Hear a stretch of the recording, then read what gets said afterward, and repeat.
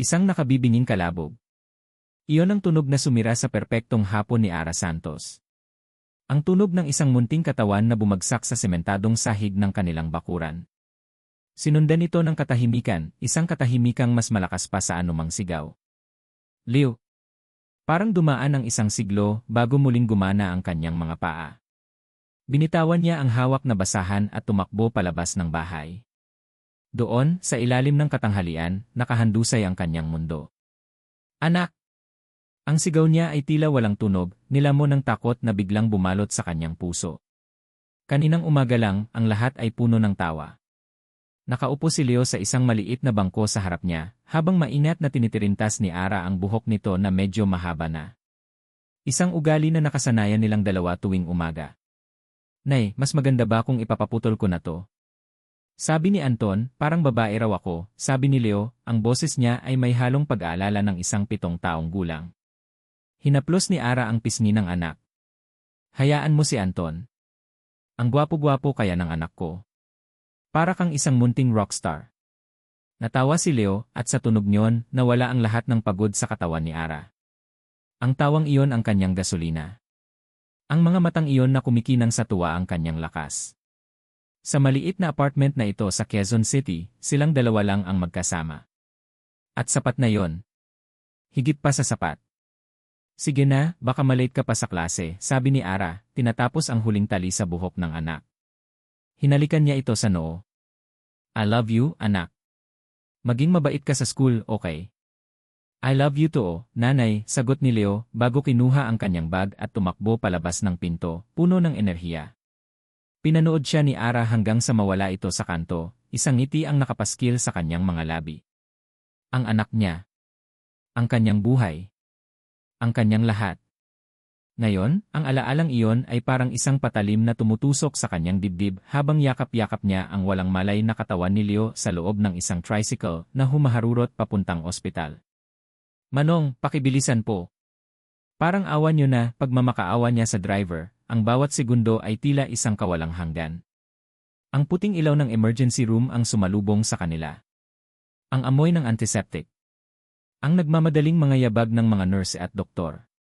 Isang iglap, kinuha na si Leo mula sa kanyang mga bisig at isinakay sa isang stretcher. Ma'am, dito na lang po kayo, sabi ng isang nurse, malumanay pero matatag. At naiwan siyang mag-isa sa pasilyo, nakatayo, nanginginig, habang tinutulak papalayo ang kanyang anak patungo sa isang pinto na biglang sumarado. Ang mga sumunod na oras ay isang malabong panaginip. Naupo siya sa isang malamig na upuang metal sa waiting area. Tinignan niya ang kanyang mga kamay, may mga bakas pa rin ng dumi mula sa paghahardin kanina, isang ordinaryong gawain mula sa isang ordinaryong araw na ngayon ay tila naganap sa ibang buhay. Paulit-ulit na naglalaro sa isip niya ang bawat sandali. Maayos naman si Leo kanina. Masigla. Masaya. Naglalaro lang siya ng bola sa bakuran. Paanong nangyari ito? Anong ginawa niyang mali? Sana hindi ko na lang siya pinayagang maglaro sa labas. Sana pinagpahinga ko na lang siya. Sana. Pinutol ng isang boses ang kanyang pag-isip. Ara Santos. Napatingala si Ara. Isang babaeng doktor na may malalamlam na mga mata ang nakatayo sa harap niya. Sa likod ng salamin nito may bakas ng pagod at awa. Tumayo si Ara, ang mga tuhod niya ay tila gelatin. Ang anak ko po.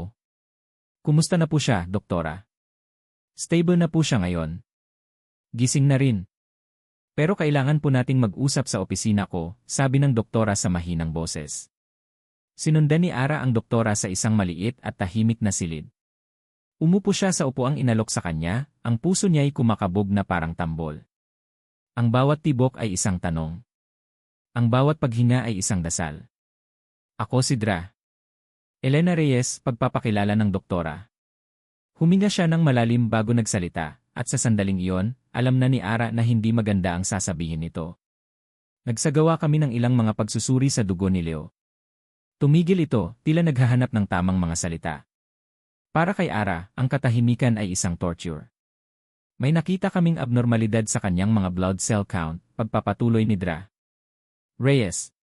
Matapos ang masusing pagsusuri ang anak niyo po, si Leo ay may acute leukemia. Acute leukemia. Ang dalawang salitang iyon ay lumutang sa hangin. Hindi maintindihan ni Ara. O ayaw niyang intindihin. Umiling siya, isang maliit na pag-iling na puno ng pagtanggi. Kanser po sa dugo, bulong niya, ang boses ay basag. Tumango ang doktora, puno ng pakikiramay ang mukha. Pero may pag-asa, Linra Santos. Marami ng paraan para gamutin ito. Chemotherapy at ang pinakamabisa sa kaso niya, isang bone marrow transplant. Transplant. Pag-asa. Kumislap ang mga mata ni Ara. May pag-asa. Gagawin ko po ang lahat, doktora. Kahit ano, sabi ni Ara, ang boses ay naging matatag. Kung kailangan niya ng parte sa akin, kunin niyo na. Lahat ibibigay ko. Isang mapait na ngiti ang gumuhit sa labi ni Dra. Reyes. Iyon na nga po ang susunod nating pag-uusapan. Sinuri na namin kayo pero sa kasamaang palad, hindi po kayo compatible match. Gumuho na naman ang mundo ni Ara. Pero paano? Ako ang nanay niya. Nangyayari po talaga yon. Kaya ang susunod na hakbang ay ang paghahanap sa National Bone Marrow Registry. Sinimulan na namin ang paghahanap kanina pa. Muling nabuhay ang pag-asa ni Ara. Isang buong bansa. Sa dami ng tao sa Pilipinas, imposible namang walang makitang katugma para sa kanyang anak. Maghihintay siya. Magdadasal siya. Ilang sandali pa, tumunog ang telepono sa mesa ng doktora. Kinuha niya ito at kinausap ang nasa kabilang linya. Pinanood siya ni Ara, bawat galaw, bawat pagbabago sa ekspresyon ng mukha. Nakita niya ang unti-unting paglaho ng ngiti sa mukha ni Dra. Reyes, napalitan ito ng lungkot. Ibinaba ng doktora ang telepono at tumingin sa kanya. Ang mga mata nito ay puno ng bigat. Elra Santos Inc. Alam na ni Ara. Wala po kaming nakitang tugma sa registry, sabi ni Dra. Reyes sa pinakamahinahong paraan na kaya niya. Bawat salita ay isang suntok sa sikmura ni Ara. Wala. Walang tugma. Ang huling sinag ng pag-asa ay biglang namatay, iniwan siyang nasa kumpletong kadiliman. Ano-ano na pong gagawin natin, halos pabulong na tanong ni Ara. Naramdaman niya ang pag-init ng kanyang mga mata. Huminga ng malalim si Dra. Reyes, tila nag-ipon ng lakas para sa huling, pinakamabigat na balita. Mayroon pa tayong isang huling pag-asa. Ang pinakamalaking tsansa. Napatingin si Ara, kumakapit sa anumang salitang bibitawan nito. Ang paghahanap ng donor mula sa isang kadugo. Isang kamag-anak. Kapatid, pinsan o ang ama ng bata. Ama ng bata. Sa isang iglap, huminto ang pagtibok ng puso ni Ara. Ang hangin ay naubos sa kanyang baga. Isa siyang ulila. Walang kapatid. Walang pinsan. Walang sinumang kamag-anak sa mundo. Maliban sa isa. Ang ama ng bata. Isang pangalan na isinumpa niyang hindi na kailanman babanggitin. Isang mukha na pilit niyang kinalimutan sa loob ng 8 taon. Isang pamilya na tumalikod sa kanya at itinapon siya na parang basura. Villarreal. Ang huling pag-asa ng kanyang anak ay nakasalalay sa mga taong naging dahilan ng kanyang pinakamalaking kabiguan. Ang pangalan ng ama. Ang mga salitang iyon ni Dra. Reyes ay umalinggaw sa isip ni Ara na parang isang basag na kampana. Tila huminto ang mundo sa kanyang paligid. Ang puting pader ng opisina ay nagsimulang umikot, at ang tanging nagpapanatili sa kanya sa kasalukuyan ay ang malamig na pakiramdam ng upuan sa ilalim ng kanyang mga kamay. Ang ama. Isang multo mula sa nakaraan na matagal na niyang ibinaon. Isang multo na may pangalan, Miguel Villarreal. Habang nagpapaalam si Dra. Reyes, si Ara ay tumango lang at mumiti ng pilit, ngunit ang isip niya ay lumipad na pabalik. Pabalik sa gabi na sumira sa kanyang buhay. Ang gabi ng ika-21 kaarawan ni Miguel. Ang mansyon ng mga Villarreal ay naliligo sa gintong ilaw at tunog ng mamahaling tsampag. Bilang isang kasambahay, abala si Ara sa pagsisilbi, ngunit ang mga mata niya ay laging bumabalik kay Miguel. Si Miguel, na sa kabila ng yaman, ay palaging mabait sa kanya. Ang kanilang mga palihim na ngitian, ang mga mabilis na pag-uusap sa hardin, ang mga pangakong binitiwan sa ilalim ng buwan, iyon ang mundong pinaniwalaan niya. Nang gabing iyon, sa gitna ng selebrasyon, hinila siya ni Miguel sa isang tahimik na sulok sa library.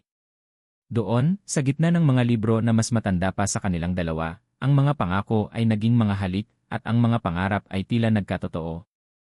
Para sa isang sandali, hindi siya si Ara na katulong. Siya ay si Ara na minamahal ni Miguel.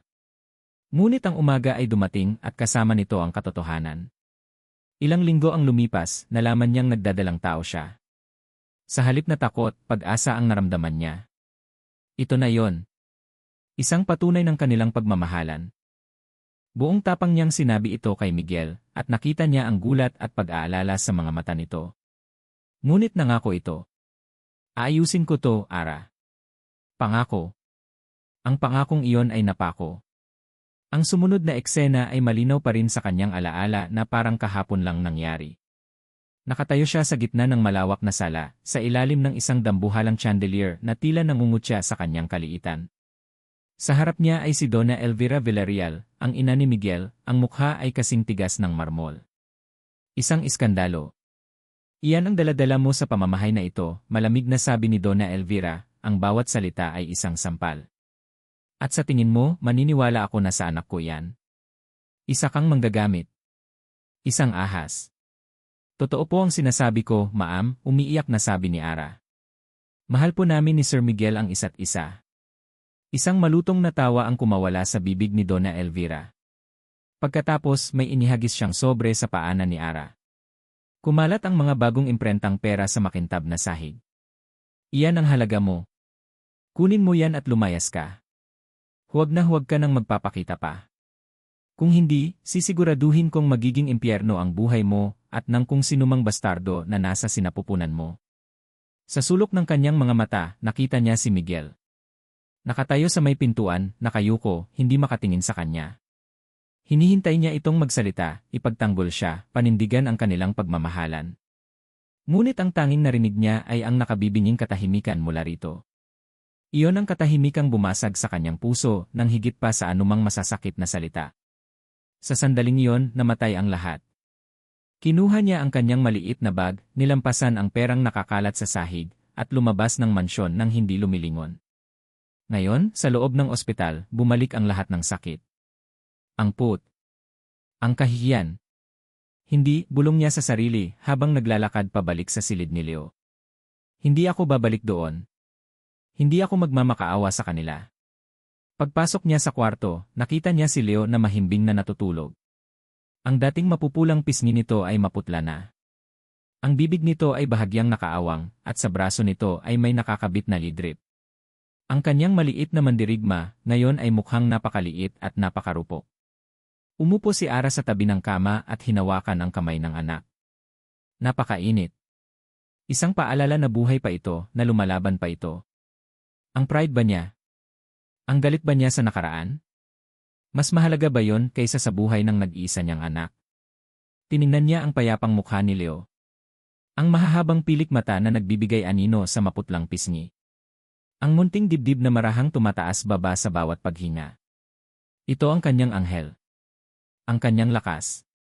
Ang kanyang dahilan para mabuhay. Isang butil ng luha ang pumatak mula sa kanyang mata at tumama sa kamay nilang magkahawak. Walang halaga ang pride. Walang kwenta ang galit. Kung ang kapalit ng paglunok niya sa lahat ng sakit at kahihiyan ay ang paggaling ng kanyang anak, gagawin niya.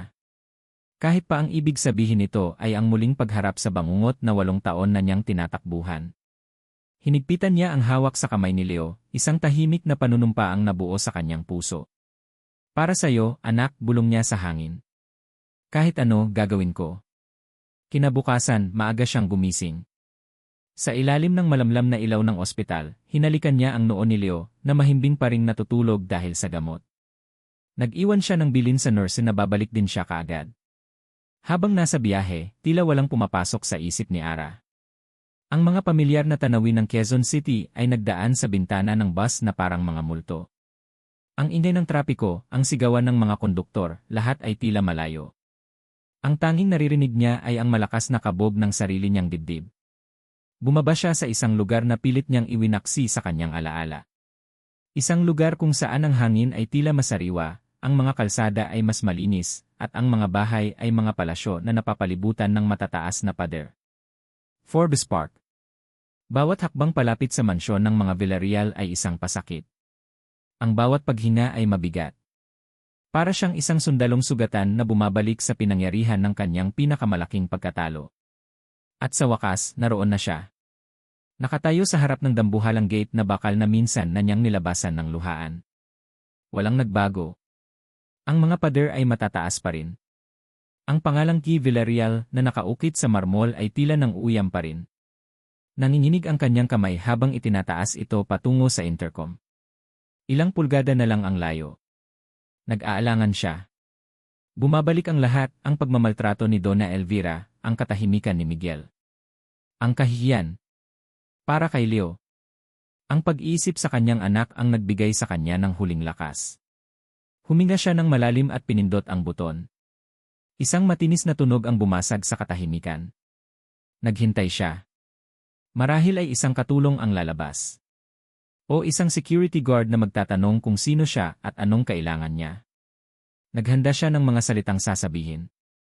Isang mahinang click ang narinig niya, senyales na bumubukas ang maliit na pinto sa gilid ng malaking gate. Dahan-dahan itong bumukas. At huminto ang paghinga ni Ara. Ang taong lumabas ay hindi katulong. Hindi security guard. Siya ay mas matangkad ngayon, mas malapad ang balikat. Ang kanyang buhok ay maikli at maayos na nakagupit. Ang suot niyang business suit ay tila hinulma para sa kanyang katawan. Ngunit ang mukhang iyon ay hindi niya kailanman malilimutan. Dalawang mga mata ang sumalubong sa kanya. Mga matang gulat na unti-unting napuno ng pagkalito at ng isang emosyon na hindi niya mabasa. Mga matang kilalang kilala niya. 8 taon. 8 taon ng sakit at paglimot at sa isang iglap, naroon na naman siya sa harap niya. Miguel Villarreal. Oras. Para kay Miguel Villarreal, ang oras ay isang kalaban na kailangan niyang laging unahan. Bawat minuto ng kanyang araw ay nakaplano. Meetings. Conference calls. Reports. Bilang C ng Villarreal Holdings, wala siyang puwang para sa pagkakamali at lalong walang puwang para sa mga sorpresa. Ngunit ang babaeng nakatayo ngayon sa labas ng kanilang gate ay hindi isang sorpresa. Siya ay isang lindol. Isang lindol na yumanig sa pundasyon ng mundong maingat niyang binuo sa loob ng 8 taon. Ara. Hindi siya makapagsalita. Ang mga salitang nakahanda sa dila niya para sa kung sinumang bisita ay biglang naglaho. Tanging ang pangalan nito ang umalingaw-ngaw sa kanyang isip. Mas payat siya ngayon. May mga guhit ng pagod sa ilalim ng kanyang mga mata na wala roon dati. Ang dating ningning ng pagiging inosente ay napalitan ng isang klase ng katatagan na may bahid ng pait. Ngunit sa kabila ng lahat, siya pa rin yon. Si Ara pa rin. Ang babaeng minahal niya. Ang babaeng tinalikuran niya. Ara, sa wakas ay nasabi niya, ang boses niya ay mas mahina kaysa sa inaasahan niya. Hindi ngumiti si Ara. Ang mukha niya ay isang blangkong pader. Walang galit, walang lungkot, walang kahit anong emosyon. Ang kawalan ng reaksyon na iyon ang mas lalong nagpahirap sa dibdib ni Miguel. Mas gugustuhin pa niyang sigawan siya, sampalin, sumbatan. Pero ang katahimikan niya, ang malamig na tingin niya, ay parang isang kutsilyong dahan-dahang tumutusok sa kanyang budhi. Miguel, sagot nito, ang boses ay kasing lamig ng hangin ng umaga. Naramdaman ni Miguel ang pangangailangang magpaliwanag, humingi ng tawad, sabihin ang lahat ng hindi niya nasabi 8 taon na ang nakalipas. Ngunit paano? Saan siya magsisimula? Sorry, Ara, sa pagiging duwag ko. Sorry kung hinayaan kitang umalis. Sorry sa lahat. Pero walang salitang lumabas. Si Ara ang unang bumasag sa katahimikan. Ang mga mata niya ay diretsyo, walang paligoy-ligoy. Nandito ako dahil kailangan ko ng tulong mo. Gulat siyang napatingin. Sa lahat ng posibleng dahilan, iyon ang huli niyang inasahan. May anak ako, pagpapatuloy ni Ara, bawat salita ay tila may bigat. 7 taon na siya. May sakit siya, Miguel. Malubha. Kailangan niya ng bone marrow transplant para mabuhay. Anak. 7 taon. Nag-init ang mga mata ni Miguel. Ang matematika ay simple lang. Napakasimple. 8 taon siyang nawala. At ikaw lang ang pag-asa niya. Ang mga salita ni Ara ay tumama sa kanya na parang isang malaking alon. Isang anak. May anak sila. Sa isang iglap, ang multo ng nakaraan ay nagkaroon ng mukha, ng pangalan, kahit hindi pa niya ito naririnig. Ang bunga ng kanyang kaduwagan ay isang batang ngayon ay nanganganib ang buhay. Ara, ay. I'm sorry, Kay. Iyon lang ang nagawa niyang sabihin, ang mga salita ay tila walang laman. Isang malamig na ngiti ang sumilay sa labi ni Ara. Hindi ko kailangan ng sorry mo. Kailangan ko ang tulong mo. Magpa-test ka. Tingnan kung kompatible ka. Iyon lang. Ang pagiging prangka nito ay isang sampal sa kanya. Malinaw na wala na itong inaasahan sa kanya, kundi isang bagay lang, ang kanyang dugo. At karapat-dapat lang siya roon. Siyempre. Kahit ano, mabilis niyang sagot. Pumasok ka muna. Mag-usap tayo sa loob. Akmang bubuksan niya nang mas malaki ang pinto ng isang boses na kilalang-kilala nilang dalawa ang pumutol sa lahat. Miguel, anong ginagawa mo dyan? Malalate ka na sa board meeting. Sabay silang napalingon. Papalapit sa kanila si Donna Elvira Villarreal, ang kanyang ina. Nakasuot ito ng isang eleganteng bestida, ang buhok ay perpektong nakaayos, at ang mukha ay nagpapakita ng otoridad. Huminto ito nang makita kung sino ang kausap ng anak. Nagbago ang ekspresyon ni Donna Elvira. Ang pagkainip ay napalitan ng pagkamuhi. Tiningnan niya si Ara mula ulo hanggang paa, na para bang isa itong dumi na dumikit sa kanilang mamahaling gate. Ikaw, sabi nito, ang boses ay puno ng yelo. Anong ginagawa ng babaeng to dito, Miguel? Naramdaman ni Miguel ang pag-igting ng kanyang mga panga. Ang pamilyar na takot at pagkainis sa tuwing kaharap niya ang ina ay bumalik. Ngunit ngayon may iba. Nakatingin sa kanya si Ara, naghihintay. Ito na ang sandali. Ang pangalawang pagkakataon na hindi niya sasayangin. Mom, si Ara kailangan namin siyang tulungan, sabi ni Miguel, sinisikap na panatilihing matatag ang kanyang boses. Tumawa si Donna Elvira, isang tawang walang kagalakan. Tulungan? Baka naman gusto lang niyang bumalik sa magandang buhay. Matapos ang 8 taon, ngayon pa siya nagpakita. Humarap ang matanda kay Ara. Kung pera ang kailangan mo, sabihin mo lang. Magkano? Bibigyan kita. Pero huwag na huwag mong gagamitin ang isang bata para bumalik sa buhay ng anak ko. Bago pa man makasagot si Miguel, si Ara na mismo ang nagsalita. Ang boses niya ay kalmado, ngunit may talim na hindi pa naririnig ni Miguel dati. Hindi po pera ang kailangan ko, ma'am. Buhay po ng anak ko ang nakataya. At kung may kahihiyan pa kayong natitira, baka gusto niyong isipin na dugo niyo rin ang nananalaytay sa kanya. Natigilan si Donna Elvira. Sa unang pagkakataon, nakita ni Miguel na nawala ng salita ang kanyang ina. Ngunit sandali lang iyon. Ang gulat sa mukha ng matanda ay napalitan ng mas matinding galit. Itinuro nito ang daliri kay Ara. Walang bastardo na magdadala ng pangalan ng mga Villarreal, sigaw nito. Umalis ka. Umalis ka bago pa ako tumawag ng mga gwardiya. Mom, tama na, sigaw ni Miguel, humaharang sa pagitan nilang dalawa. Hinarap niya ang kanyang ina, ang mga mata ay nag-aapoy. Hindi siya aalis. Papasok siya sa bahay na to. At tutulungan natin siya. Naiintindihan mo? Ang pagsuway na yon ay isang bagay na hindi inaasahan ni Donna Elvira. Tiningnan niya si Miguel na parang hindi ito kilala. Pagkatapos ay ibinaling niya ang tingin kay Ara, ang mga mata ay nangangako ng isang digmaan na hindi pa nagsisimula. Ang pagpasok muli sa mansyon ng mga Villarreal ay parang pagpasok sa isang kulungan na gawa sa ginto at masasamang alaala. Bawat sulok ay may dalang multo. Ang malawak na hagdanan kung saan dati niyang nakikita si Miguel na pababa tuwing umaga. Ang sala kung saan siya sinigawan ni Donna Elvira. Ang pasilyo kung saan sila dati nagtatagpo ng palihim. Ngayon, narito siya ulit, hindi bilang isang kasambahay, kundi bilang isang bisitang hindi inaasahan. Isang bisitang kinamumuhian. Dito muna kayo sa guest house, sabi ni Miguel, na tila nahihiyang iharap siya sa pangunahing bahay. Mas magiging komportable ka dito. Naintindihan ni Ara ang ibig sabihin ni Miguel. Mas magiging komportable sila kung nakatago siya sa paningin. Hindi siya tumutol. Mas gugustuhin na rin niya yon. Ang guest house ay mas malaki at mas magara pa sa apartment na tinitirahan niya. Ngunit para kay Ara, ang bawat magarang muebles at mamahaling kurtina ay tila mga rehas na bakal. Ang tanging nagbibigay sa kanya ng lakas ay ang cellphone sa kanyang kamay, naghihintay ng tawag mula sa ospital tungkol kay Leo. Dumating ang tawag na yon, ngunit hindi para ibalita ang resulta.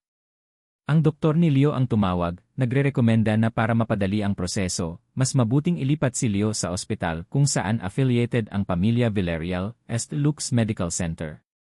Isang ospital para sa mayayaman. Sa kabila ng pag-aalangan, pumayag si Ara. Para sa kapakanan ni Leo, kailangan niyang lunukin ang lahat.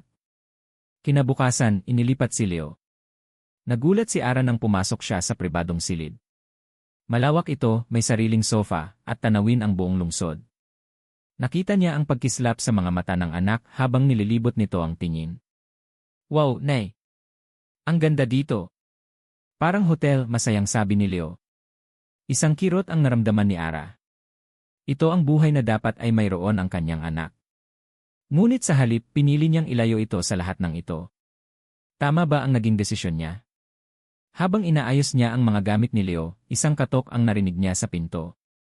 Pumasok ang isang nurse, kasunod si Don Ricardo Villarreal na nakaupo sa isang wheelchair, itinutulak ng kanyang personal na alalay. Si Don Ricardo. Ang patriarka ng pamilya. Mukha itong mas matanda at mas nanghina kumpara sa huling pagkikita nila, ngunit ang otoridad sa mga mata nito ay hindi nagbago. Ija, sabi nito sa mahinang boses ngunit may bigat. Tumingin ito kay Leo na naglalaro sa kama. Siya na ba? Tumango lang si Ara, hindi makapagsalita. Huminga ng malalim si Don Ricardo. Tumingin ito sa kanya, at sa kauna-unahang pagkakataon, nakita ni Ara ang isang bagay sa mga mata nito na hindi niya nakita dati, isang bakas ng pagsisisi. Ang mga pagkakamali ng nakaraan, hayaan nating manatili sa nakaraan, sabi nito. Tumingin ito sa alalay. Siguraduhin mong naibibigay ang lahat ng kailangan nila. Pagkatapos ay tumingin ito pabalik kay Ara. Tulungan mo siya, utos nito na tumutukoy kay Miguel. Responsibilidad niya yan. Umalis si Don Ricardo, iniwan si Ara na naguguluhan. Ang pagiging malapit sa pamilya Villarreal ay isang tuloy-tuloy na pagsubok. Si Donna Elvira, kahit hindi nagpapakita sa ospital, ay gumagawa ng paraan para iparamdam ang kanyang presensya. Isang araw, nalaman ni Ara mula sa isang palakaibigang nurse na ang mga pagkain na dapat ay libre para sa guardian ni Leo ay biglang kailangan ng bayaran. Isang maliit na bagay, ngunit malinaw ang mensahe, hindi siya welcome. Hindi siya bahagi ng pamilya. Si Miguel naman ay palaging dumadalaw. Araw-araw, pagkatapos ng trabaho, dadaan siya sa ospital. Palagi siyang may dalang mga laruan para kay Leo o pagkain para kay Ara. Isang gabi, naabutan siya ni Miguel sa pasilyo sa labas ng silid ni Leo habang natutulog na ang bata. Kumain ka na ba? Tanong ni Miguel, hawak ang isang paper bag. Hindi sumagot si Ara.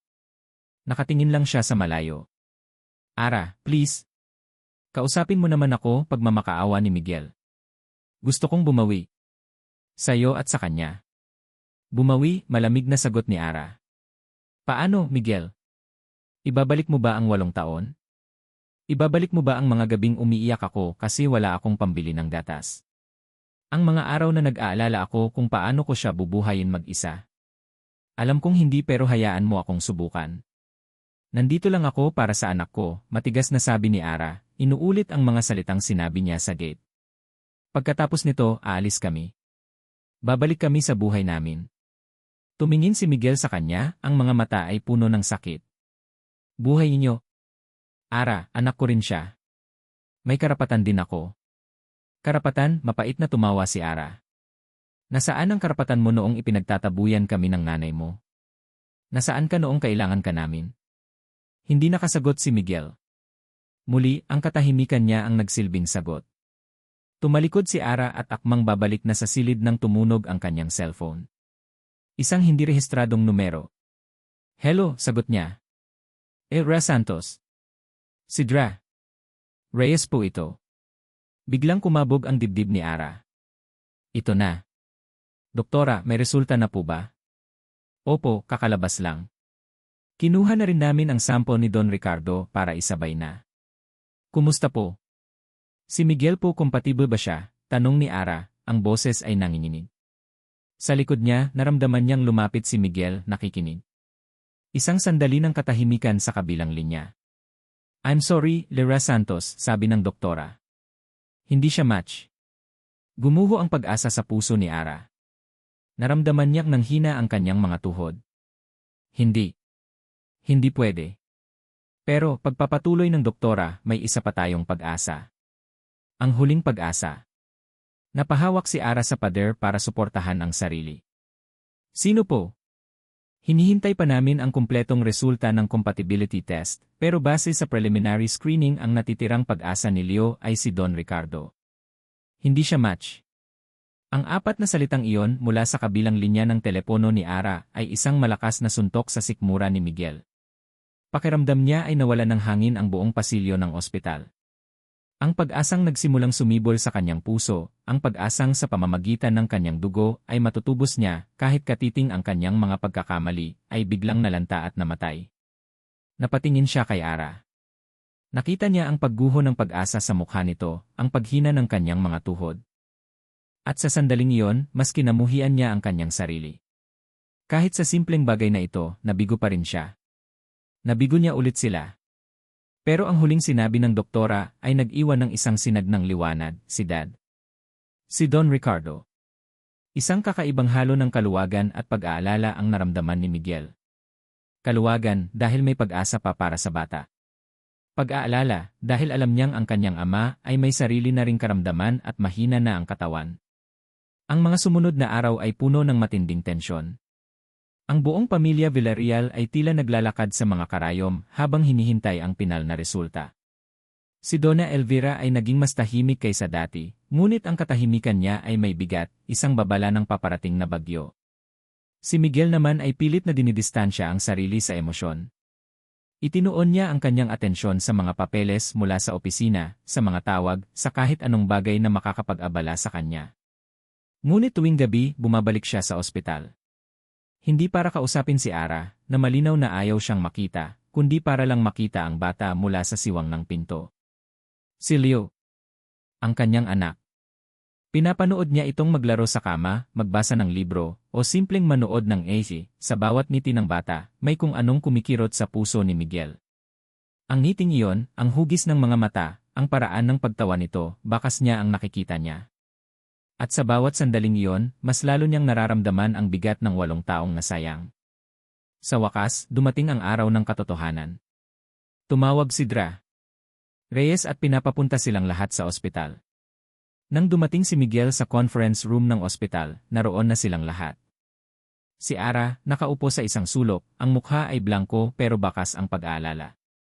Si Donna Elvira, na nakaupo ng tuwid na tuwid sa tabi ng wheelchair ng kanyang asawa, ang mukha ay parang isang maskara ng yelo. At si Don Ricardo, na bagamat maputla ay may determinasyon sa kanyang mga mata. Pumasok si Dra. Reyes, hawak ang isang brown envelope. Ang sobrang iyon ay tila naglalaman ng kanilang kapalaran. Salamat sa pagpunta ninyong lahat, simula ng doktora. Ang boses niya ay propesyonal, ngunit hindi nito maitago ang kakaibang tono. Diretsuhin mo na kami, Elena, sabi ni Don Ricardo, ang boses ay mahina pero may otoridad. Huminga ng malalim si Dra. Reyes bago binuksan ang sobre.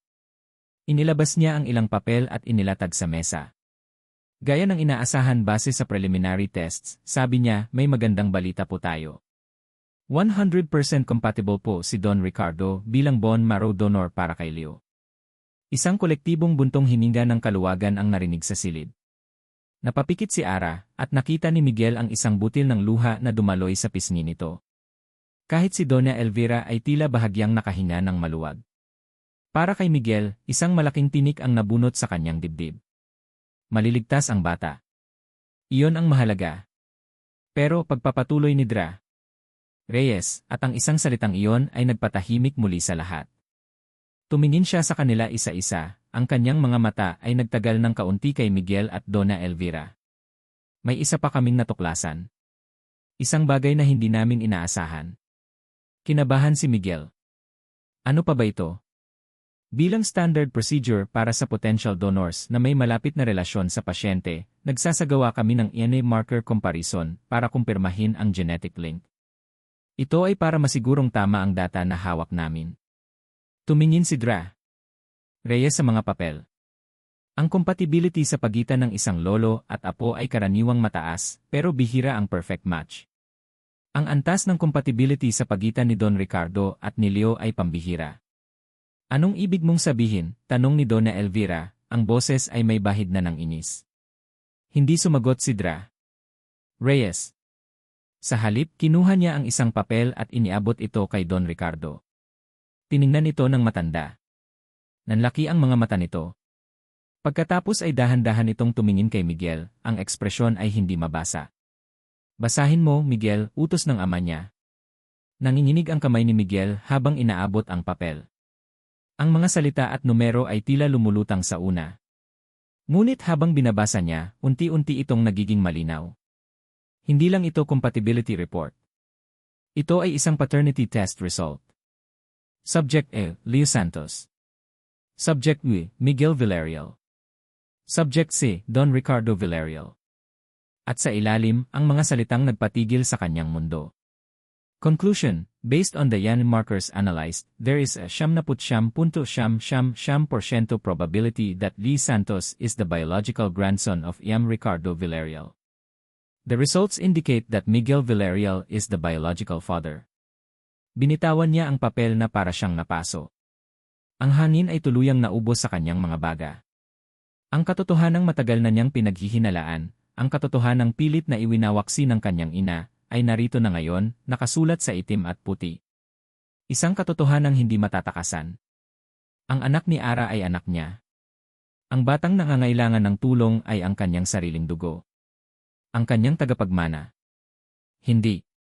Hindi yan totoo, sigaw ni Donna Elvira, biglang tumayo. May pagkakamali. Impossible. Ngunit walang sinuman ang nakikinig sa kanya. Ang mga mata ni Miguel ay nakatuon lamang kay Ara. Nakita niya ang pagkabigla sa mukha nito, ang pagkalito. Nakatingin din ito sa kanya, ang mga mata ay puno ng mga tanong na hindi masabi.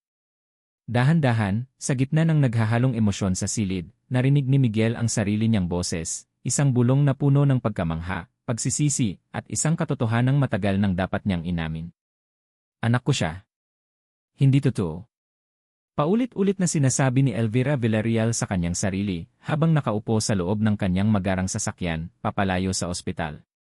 Ang mga salitang biological father at biological grandson ay umuukilkil sa kanyang isipan na parang lason. Hindi ito pwedeng mangyari. Hindi niya ito hahayaan. Ang lahat ng pinaghirapan niya, ang kanyang posisyon sa lipunan, ang kanyang kontrol sa pamilya, ang kinabukasan na maingat niyang binalangkas para kay Miguel, ay nanganganib na gumuho dahil sa isang babaeng hamak na katulong at sa bastardo nitong anak. Pagdating sa mansyon, hindi niya pinansin ang mga bumabating katulong. Dumiretso siya sa kanyang silid, isang sangtuaryo ng katahimikan at luho, ngunit ngayon ay tila isang kulungan. Tumingin siya sa salamin. Ang nakita niya ay hindi isang matagumpay na matriarch, kundi isang babaeng napapaligiran ng panganib. Naalala niya ang kanyang sariling pinagmulan. Ang kanyang pamilya, na dating kabilang sa alta sosyedad, ay unti-unting nalubog sa utang. Ang pagpapakasal niya kay Ricardo Villarreal ay hindi dahil sa pag-ibig. Ito ay isang transaksyon. Ibinigay niya ang kanyang pangalan at ganda, ibinigay ni Ricardo ang seguridad at yaman. At sa loob ng maraming taon, naging eksperto siya sa paglalaro ng kanyang mga baraha. Nakuha niya ang respeto, ang kapangyarihan, ang kontrol. Ang kontrol na iyon ang ngayon ay nanganganib. Hindi niya hahayaan na ang isang bastardo, isang pagkakamali ng kanyang anak, ang siyang magmamana ng lahat ng pinaghirapan niya. Ang yaman ng mga Villarreal ay para kay Miguel, at para sa magiging asawa nitong mula rin sa isang pamilyang kasing level nila. Hindi para sa isang batang ang ina ay walang ginawa kundi maglaba at maglinis ng kanilang mga sahig. Hindi, bulong niya sa kanyang refleksyon. Hindi ako papayag. Kinuha niya ang kanyang cellphone mula sa kanyang mamahaling bag, ang kanyang mga daliri, na nanginginig sa galit, ay mabilis na nagdial ng isang numero na matagal na niyang hindi tinatawagan. Isang numero para sa mga sitwasyong nangangailangan ng espesyal na solusyon. Hello, sagot ng isang boses sa kabilang linya. It's Elvira, sabi niya, ang boses ay malamig at may otoridad. May kailangan ako sayo. Isang bagay na delikado. Sa sumunod na 10 minuto, inilahad niya ang kanyang plano. Isang plano na simple ngunit napakadekadenteng masama. Kinabukasan, nagbago ang ihip ng hangin. Si Elvira, na dating nagyelo sa tuwing makikita si Ara, ay biglang naging isang maamong tupa. Pumasok siya sa silid ni Leo sa ospital na may dalang isang malaking basket ng prutas at mga mamahaling laruan. Ara, Ija, sabi niya, ang boses ay puno ng pagsisisi na tila totoo. Patawarin mo ako sa lahat ng nasabi at nagawa ko. Nabigla lang ako. Isang matandang nag-aalala para sa kanyang pamilya. Tumingin si Ara sa kanya, ang mga mata ay puno ng pagtataka at kawalan ng tiwala. Hindi ito nagsalita. Lumapit si Elvira at hinawakan ang kamay ni Ara. Ang kanyang mga mata ay bahagyang nagluha, isang talento na matagal na niyang pinagpraktisan. Nang malaman kong apo ko pala si Leo, nagbago ang lahat, pagpapatuloy niya. Hindi mo alam kung gaano ako kasaya. Sa wakas, mayroon na akong apo. Tumingin siya kay Leo na nahihiyang nagtatago sa likod ni Ara. Ninisyan niya ito ng isang matamis na ngiti. Hello, apo. Ako ang lola mo. Ang eksena ay perpekto. Isang lola na gustong bumawi. Isang ina na naguguluhan. Isang batang walang kamalay-malay. Huwag kang mag-alala sa kahit ano, Ara, sabi ni Elvira habang hinihimas ang kamay ni Ara. Ako na ang bahala sa lahat. Ang operasyon, ang paggaling ni Leo lahat. Mula ngayon, pamilya na tayo. Aayusin natin ang lahat. Sa mga sumunod na araw, tinupad ni Elvira ang kanyang sinabi. Ang pinakamagagaling na doktor ay palaging nakaantabay kay Leo. Ang mga bayarin sa ospital ay binayaran ng buo. Nagpadala siya ng mga personal na chef sa ospital para ipagluto si Ara ng masusustansyang pagkain. Para sa isang tagalabas, isa siyang perpektong lola na nagsisisi. Ngunit sa likod ng lahat ng iyon, ang kanyang tunay na laro ay isinasagawa na. Isang gabi, habang pauwi na siya mula sa ospital, muli niyang tinawagan ang kanyang kontak. Kumusta na? Tanong niya. Okay na, ma'am. Nasa akin na ang kailangan nyo, sagot ng boses. Isang official-looking wag result. Garantisadong magmumukhang tunay. Sinasabi dito na walang kaugnayan si Miguel Villarreal sa bata. Isang ngiti ng tagumpay ang sumilay sa mga labi ni Elvira. Magaling. At ang isa pa. Nakahanda na rin po. Isang manager's check. Pangalan niya ang nakalagay.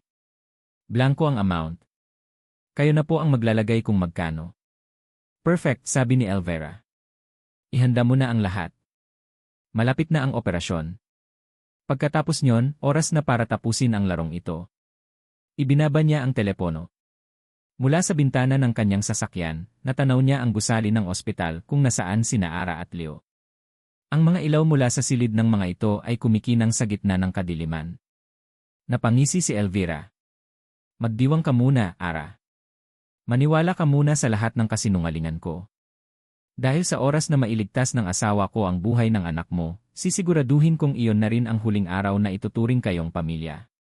Tumingin siya sa litrato ni Leo na palihim niyang kinunan kanina sa cellphone niya. Isang gwapo at inosenteng bata. Isang batang may dugo ng Villarreal. Isang batang isang malaking banta. Enjoy your last days as E. Villarreal, bata, bulong niya sa hangin, ang boses ay puno ng lason. Dahil pagkatapos nito, buburahin ko kayo ng nanay mo sa mundo namin na parang isang masamang panaginip. Tagumpay. Iyon ang salitang paulit-ulit na sinasabi ng mga doktor. Ang operasyon ay naging matagumpay. Ang bone marrow mula kay Don Ricardo ay matagumpay na naisalin kay Leo. Para kay Ara, ang salitang iyon ay musika sa kanyang pandinig. Isang himno ng pag-asa. Nakatayo siya sa labas ng recovery room, nakatingin sa 2 taong pinakamahalaga sa kanyang sitwasyon mula sa isang malaking salamin. Sa isang kama, naroon si Don Ricardo, natutulog ng mahimbing. Sa kabilang kama, ilang metro lang ang layo, naroon ang kanyang munting si Leo. Ang kanyang anak. Mahimbing din ang tulog, ngunit sa unang pagkakataon sa loob ng maraming linggo, may bahagyang kulay na sa kanyang mga pisngi. Isang ngiti ang sumilay sa mga labi ni Ara. Isang tunay ng ngiti, ang una sa napakatagal na panahon. Tapos na ang pinakamabigat na bahagi. Nagsisimula na ang paggaling. Sa mga nakalipas na araw, sa kabila ng kanyang pag-aalinlangan, nagsimula siyang maniwala sa ipinapakitang kabaitan ni Donna Elvira. Marahil totoo nga. Marahil ang pagkakaroon ng isang apo ay nagpabago sa matigas na puso ng matanda. Marahil sa wakas ay matatanggap na sila. Nagkaroon siya ng isang maliit na pangarap. Isang pangarap kung saan makakalabas sila ng ospital hindi bilang si Ara at Leo Santos, kundi bilang isang buong pamilya. Isang pamilyang may lolo at lola at isang ama na handang bumawi. Napapikit siya, ninanamnam ang sandali ng kapayapaan. Sa mga nakalipas na araw, sa kabila ng kanyang pag-aalinlangan, nagsimula siyang maniwala sa ipinapakitang kabaitan ni Donna Elvira. Marahil totoo nga. Marahil ang pagkakaroon ng isang apo ay nagpabago sa matigas na puso ng matanda. Marahil sa wakas ay matatanggap na sila. Nagkaroon siya ng isang maliit na pangarap. Isang pangarap kung saan makakalabas sila ng ospital hindi bilang si Ara at Leo Santos, kundi bilang isang buong pamilya. Isang pamilyang may lolo at lola at isang ama na handang bumawi. Napapikit siya, ninanamnam ang sandali ng kapayapaan. Ara. Isang boses ang pumutol sa kanyang pangarap. Pagdilat niya, nakita niya si Donna Elvira na nakatayo sa kanyang tabi. Ngunit ngayon wala na ang ngiti sa mga labi nito. Wala na ang maamong ekspresyon. Ang nakikita niya ngayon ay ang pamilyar na malamig at kalkuladong tingin, ang tingin na nakita niya 8 taon na ang nakalipas. Sumunod ka sa akin, utos nito, hindi isang pakiusap. May kailangan tayong pag-usapan. Kinabahan si Ara, ngunit sumunod siya. Dinala siya ni Donna Elvira sa isang pribadong waiting lounge, malayo sa mga tao. Isinara nito ang pinto. Umupo ka, sabi ng matanda. Umupo si Ara, ang puso niya ay nagsimulang kumabog ng mabilis. Umupo si Donna Elvira sa tapat niya. Inilapag nito sa mesang salamin sa pagitan nila ang isang mamahaling leather na bag mula roon, kinuha nito ang 2 bagay. Isang makapal na brown envelope at isang asul na tseke. Ngayong tapos na ang lahat, oras na para ayusin ang mga dapat ayusin, sabi ni Donna Elvira, ang boses ay walang emosyon. Binuksan nito ang envelope at inilabas ang ilang piraso ng papel. Inilapag niya ito sa harap ni Ara. Isang opisyal na dokumento mula sa isang kilalang laboratorio. Sa itaas, nakasulat ang mga salitang iyan ay paternity test report. Basahin mo, utos ni Donna Elvira. Nanginginig ang kamay ni Ara habang inaabot ang mga papel. Ang mga mata niya ay mabilis na hinanap ang konklusyon. Ang mga salitang nakasulat doon ay tila mga punyal na sabay-sabay tumusok sa kanyang puso. Conclusion, there is a 0% probability that Mr. Miguel Villarreal is the biological father of the child, Leo Santos. 0%. Hindi. Paano? Pero ang resulta na ipinakita ni Dra. Reyes. Ano-ano to, halos pabulong na tanong ni Ara. Hindi malito, nakita ko ang resulta ay. Isang mapanuyang ngiti ang gumuhit sa labi ni Donna Elvira. Ang nakita mo ay isang resulta na naimpluwensyahan ng isang matandang sentimental na gustong maniwala na may apo na siya. Ito, sabi niya, tinatapik ang papel, ito ang katotohanan. Isinagawa sa isang independent na laboratorio. Walang bahid ng emosyon. Siyensya lang. Gumuho ang mundo ni Ara. Ang lahat ng pag-asa, lahat ng pangarap ay nagkadurog-durog sa isang iglap. Ang pagiging kompatible ni Ricardo sa anak mo ay isang pambihirang pagkakataon lamang. Isang milagro kung gusto mong isipin. Pero hindi nito binabago ang katotohanan, malamig na sabi ni Donna Elvira. Pagkatapos, kinuha niya ang asul na tseke at dahan-dahang itinulak ito palapit kay Ara. Ito naman, sabi niya, ang bayad sa serbisyo ng anak mo. Tumingin si Ara sa tseke. Hindi niya tiningnan ang mga numero. Ang nakita lang niya ay ang pangalan, Ara Santos. Parang sampal. Katulad ng eksena 8 taon na ang nakalipas, ngunit mas masakit ngayon. Dati, dignidad lang niya ang tinapakan. Ngayon, pati ang kanyang anak ay binigyan na ng presyo. Ang dugo na ibinigay ng asawa ko ay may katumbas na halaga. At bilang isang Villarreal, marunong kaming magbayad ng aming mga utang, pagpapatuloy ni Donna Elvira. Kunin mo yan. Sapat na yan para mabuhay kayo ng komportable. At pagkatapos, lumayo na kayo. Bumalik kayo sa kung saan man kayo galing. Kalimutan niyo na nakilala ninyo kami. Naramdaman ni Ara ang pag-init ng kanyang mga mata. Ang pait at galit ay umakyat sa kanyang lalamunan. Ang kabaitan. Ang mga ngiti. Ang mga pangako. Lahat ay isang malaking kasinungalingan. Isa lamang palabas para makuha ang kailangan nila. Hindi ko kailangan ng pera nyo, sabi ni Ara, ang boses ay nanginginig sa galit. Talaga ba? Tanong ni Donna Elvira. Paano ang pagpapagaling ni Leo? Ang follow-up check-ups niya? Ang mga gamot? Mamahalin ang lahat ng iyon, Ara. Huwag kang maging tanga. Hindi ito para sa'yo. Para ito sa kanya. Sa sandaling iyon, bumukas ang pinto. Pumasok si Miguel, ang mukha ay nag-aalala. Mom! Ara! Anong nangyayari dito? Nakita kong pumasok kayo. Natigil siya nang makita ang mga papel at ang tseke sa mesa. Nakita niya ang mga luha sa mata ni Ara. Anong-anong mga yan? Tanong niya. Si Ara, napuno ng galit at sakit, at sa paniniwalang si Miguel ay bahagi ng masamang planong ito, ay biglang tumayo. Dinampot niya ang mga papel ng peking nga na result. Ito, sigaw niya, ang boses ay basag. Ito ang katotohanan, Miguel. Ang katotohanang pinagmukha niyo akong tanga. Sa isang galaw na puno ng desperasyon, inihagis niya ang mga papel sa mukha ni Miguel. Nagkalat ang mga ito sa sahig. Ara, teka, hindi ko maintindihan. Huwag ka nang magpanggap, sigaw ni Ara, umatras palayo sa kanya na para siyang isang salot. Tapos na ang laro niyo. Nakuha niyo na ang kailangan niyo mula sa anak ko. Kaya ngayon, pwede ba, layuan niyo na kami? Ang kanyang mga salita ay puno ng lason at pait, isang hiyaw ng isang pusong muling dinurog. Lumayo ka sa amin. Sinungaling kayong lahat. Sinungaling kayong lahat.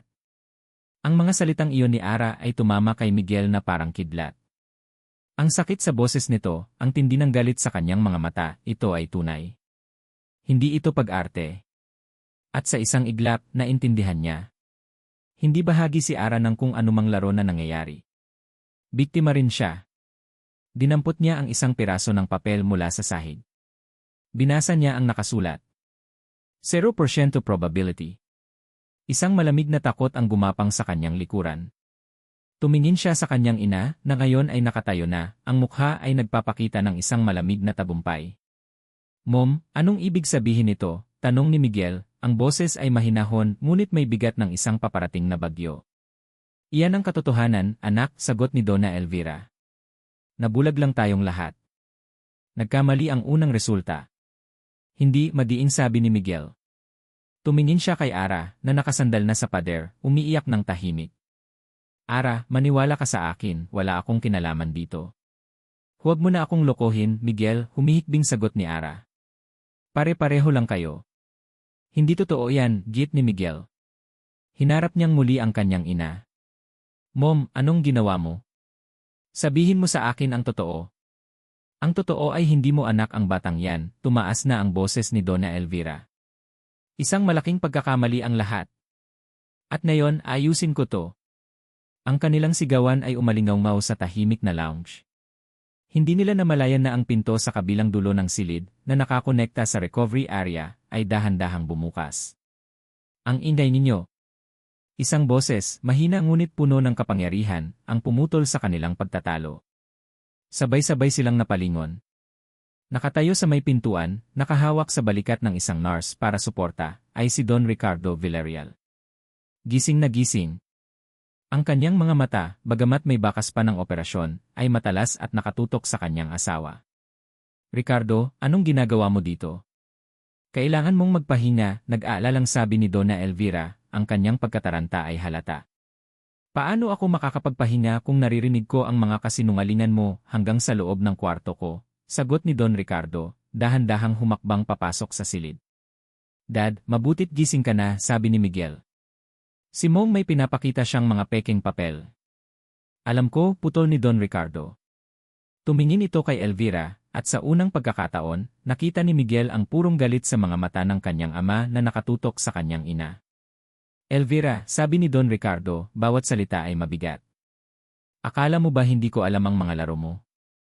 Akala mo ba sa tinagal-tagal nating mag-asawa, hindi ko pa kabisado ang bawat galaw mo? Namutla si Donna Elvira. Ricardo, hindi ko alam ang sinasabi mo. Isang mapait na ngiti ang sumilay sa labi ni Don Ricardo. Talaga ba? Tumingin siya sa nurse na kasama niya. Nurse, pakitawag si Dra. Reyes.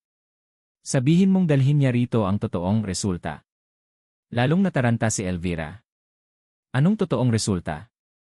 Ricardo, nababaliw ka na ba? Epekto lang yan ng anesthesia. Hindi siya pinansin ni Don Ricardo. Ang mga mata nito ay lumipat kay Ara, na ngayon ay nakatingin sa kanilang lahat, puno ng pagkalito. Ija, sabi ng matanda sa malumanay na boses. Patawarin mo ang asawa ko. At patawarin mo ang anak kong naging duwag. Pero sana, maniwala ka sa akin. Ilang sandali pa, pumasok si Dra. Elena Reyes, ang mukha ay seryoso. Hawak niya ang isa pang brown envelope. Ang sobrang orihinal. Doktora, sabi ni Don Ricardo. Pakibigay mo kay Miguel ang resulta ng pagsusuri na ako mismo ang nag-request bago pa man magkaroon ng kahit anong operasyon. Nagtatakang kinuha ni Miguel ang sobre mula kay Dra. Reyes. Si Donna Elvira naman ay tila naubusan na ng kulay sa mukha. Binuksan ni Miguel ang sobre. Ang mga papel sa loob ay kapareho ng format ng unang tunay na resulta na nakita niya. Ngunit ito ay mas detalyado, pirmado at nasilyuhan ng ospital mismo. Basahin mo ng malakas, anak, utos ni Don Ricardo. Huminga ng malalim si Miguel, at sa malinaw at matatag na boses, binasa niya ang konklusyon. Based on the conclusive ELA analysis, there is 99.9% probability that Miguel Villarreal is the biological father of the child, Leo Santos, therefore confirming that Leo Santos is the biological grandson of Don Ricardo Villarreal. Pagkatapos niyang magsalita, isang nakabibinging katahimikan ang bumalot sa silid. Dahan-dahang lumapit si Don Ricardo sa kanyang asawa, na ngayon ay nanginginig na sa takot. Ito ang katotohanan, Elvira, sabi ni Don Ricardo, ang boses ay biglang lumakas, puno ng galit na matagal ng kinimkim. At ikaw, dahil sa panloloko mo, dahil sa pagtatangka mong bilhin ang dignidad ng ina ng sarili kong apo simula sa araw na ito, wala kang makukuha kahit isang sentimo sa yaman ko. Hindi ka na bahagi ng pamilyang ito. Sa huling mga salitang iyon, tila nawalan ng lakas si Donna Elvira. Napaluhod ito sa sahig, natalo, at sa wakas, ay wala nang masabi. Tumingin si Miguel kay Ara. Ang mga mata niya ay puno ng sakit, paghingi ng tawad, at isang desperadong pakiusap. Ngunit si Ara, sa kabila ng pagkakabunyag ng katotohanan, ay hindi nakaramdam ng tagumpay. Pagod na siya. Pagod na ang puso niya. Tumingin siya kay Miguel, pagkatapos ay sa gumuhong si Donna Elvira, at sa wakas, sa direksyon ng silid kung saan natutulog ang kanyang anak. Ang tanging mahalaga sa kanya. Huminga siya ng malalim, pinipigilan ang muling pag-agos ng kanyang mga luha. Tumingin siya sa kanilang lahat at sinabi ang tanging bagay na nasa isip niya. Gusto na naming umuwi. Gusto na naming umuwi. Ang mga salitang binitawan ni Ara ay may bigat na mas matindi pa sa sigawan at mga revelasyon na nangyari. Iyon ay hindi isang pakiusap kundi isang deklarasyon. Isang pagod na kaluluwa na ang tanging nais ay kapayapaan. Sa mga sumunod na araw, isang kakaibang katahimikan ang bumalot sa kanila. Nawala na si Donna Elvira. Ayon sa mga bulong-bulungan ng mga nurse, personal itong pinaalis ni Don Ricardo mula sa mansyon. Walang iskandalo, walang gulo. Isang tahimik na paglisan na mas nakakatakot pa kaysa sa isang maingay na pagtatalo. Ang kapangyarihan sa pamilya Villarreal ay biglang nag-iba ng direksyon. At sa gitna ng lahat, naroon si Ara, ang babaeng dati nilang inapi, na ngayon ay hawak ang mga baraha. Isang hapon, habang nagbabasa siya ng libro sa tabi ng natutulog na si Leo, kumatok at pumasok si Don Ricardo, muli ay nasa kanyang wheelchair. Mas malakas na ito ngayon at may kaunting kulay na sa kanyang mukha. Ija, simula nito. Alam kong pagod ka na. At wala kang obligasyon na patawarin ang pamilyang ito. Lalo na ang anak ko. Hindi umimik si Ara. Hinayaan niya lang itong magsalita.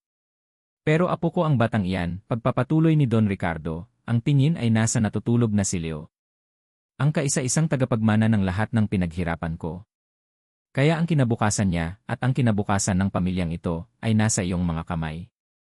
Tumingin ito sa kanya ng diretsyo. Ikaw na ang magdesisyon, Ija. Kung ano ang makakabuti para sa apo ko. Kahit ano pa yan, susundin ko. Naiwan si Ara na nag-iisip. Ang kapangyarihan. Isang bagay na hindi niya kailanman hinangad, ngayon ay ipinapasa sa kanya. Ano ang gagawin niya dito? Gagamitin ba niya ito para maghiganti? O para magsimula muli? Si Miguel, sa kabilang banda, ay tila naging ibang tao. Hindi na niya ito pinipilit kausapin. Hindi na siya nangangatwiran. Ang tanging ginagawa niya ay kumilos. Isang araw, nabigla si Ara nang makita sa balita sa loob ng kwarto ang isang press conference. At sa gitna, naroon si Miguel, kaharap ang sandamakmak na media. Opo, totoo po, sabi ni Miguel sa mga mikropono, ang boses ay matatag. Mayroon po akong anak. Ang pangalan niya ay Leo at siya po ang aking nag-iisang tagapagmana. Hinihiling ko po sa lahat na irespeto ang aming privacy habang kami ay nasa isang personal na pagsubok. Pagkatapos noon, inanunsyo ng Villarreal Holdings na si Miguel ay magte-take ng isang indefinite leave of absence bilang CEO. Nawala na ang aroganteng CEO. Ang natira ay isang ama. Araw-araw, naroon si Miguel sa ospital. Hindi siya pumapasok sa loob ng silid ni Leo maliban kung kailangan. Ang ginagawa niya ay umuupo sa isang bangko sa labas ng pinto mula umaga hanggang gabi. Nagbabasa ng libro, nagtatrabaho sa kanyang laptop o minsan, nakatingin lang sa kawalan. Naghihintay. Isang bantay na hindi umaalis sa kanyang pwesto. Palagi niyang tinatanong ang mga nurse kung ano ang kailangan ni Ara o ni Leo. Siya ang bumibili ng mga gamot. Siya ang nakikipag-usap sa mga doktor tungkol sa progress ng bata. Lahat ng responsibilidad na dapat ay sa kanya 8 taon na ang nakalipas, ngayon niya ginagampanan ng walang reklamo. Pinapanood siya ni Ara mula sa loob. Sa una, puno pa rin ng galit ang puso niya. Ngunit habang tumatagal, ang galit ay unti-unting napapalitan ng pagtataka. Isang gabi, hindi makatulog si Ara. Sumilip siya sa maliit na bintana ng pinto. Doon, sa malamlam na ilaw ng pasilyo, nakita niya si Miguel.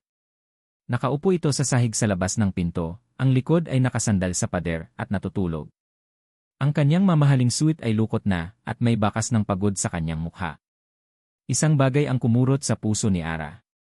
Ang imahe ng makapangyarihang si Miguel Villarreal na natutulog sa sahig ng ospital na parang isang pulubi ay isang bagay na hindi niya akalaing makikita.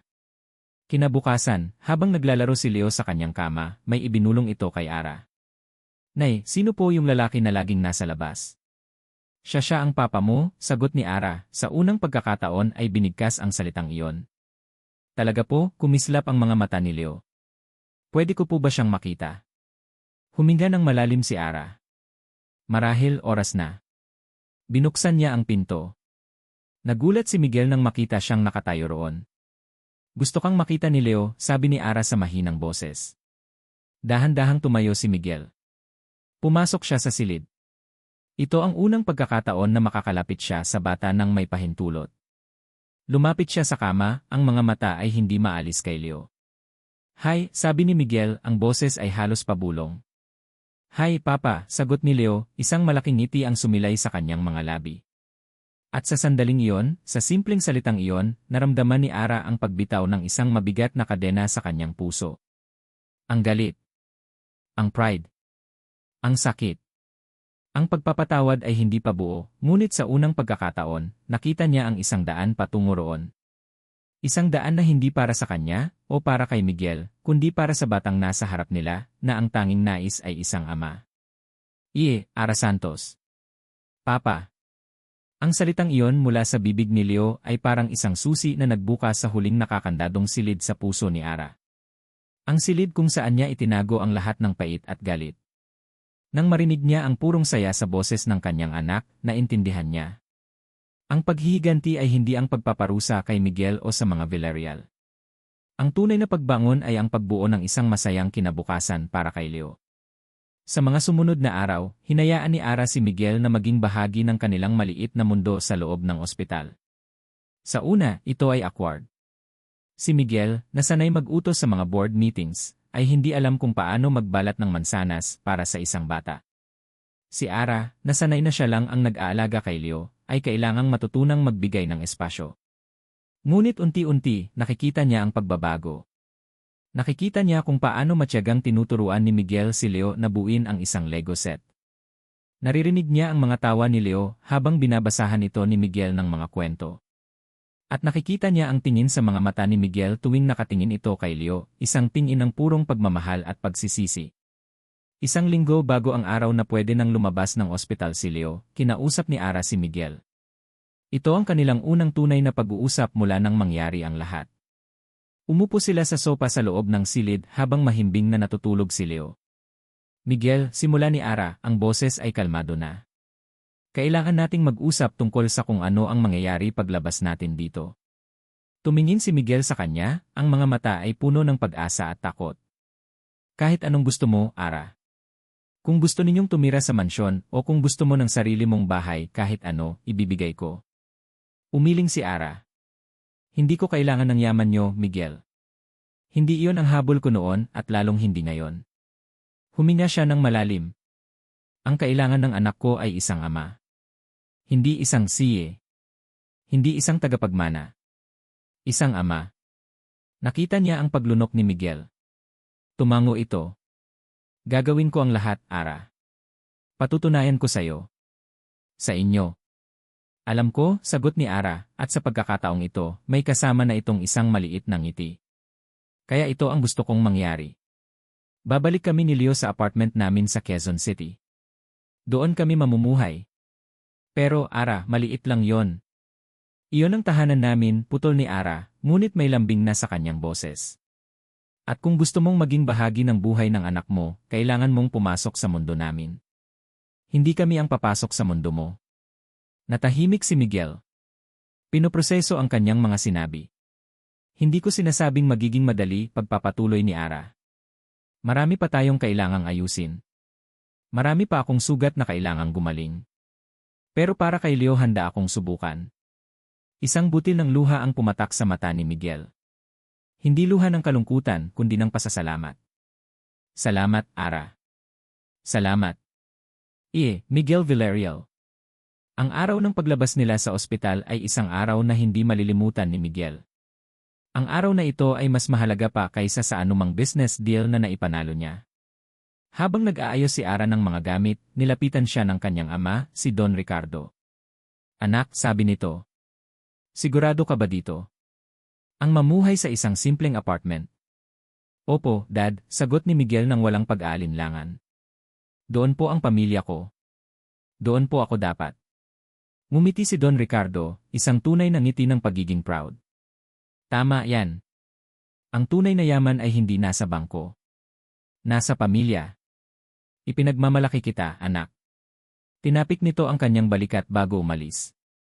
Ilang sandali pa, handa na silang umalis. Binuhat ni Miguel si Leo na ngayon ay masigla na.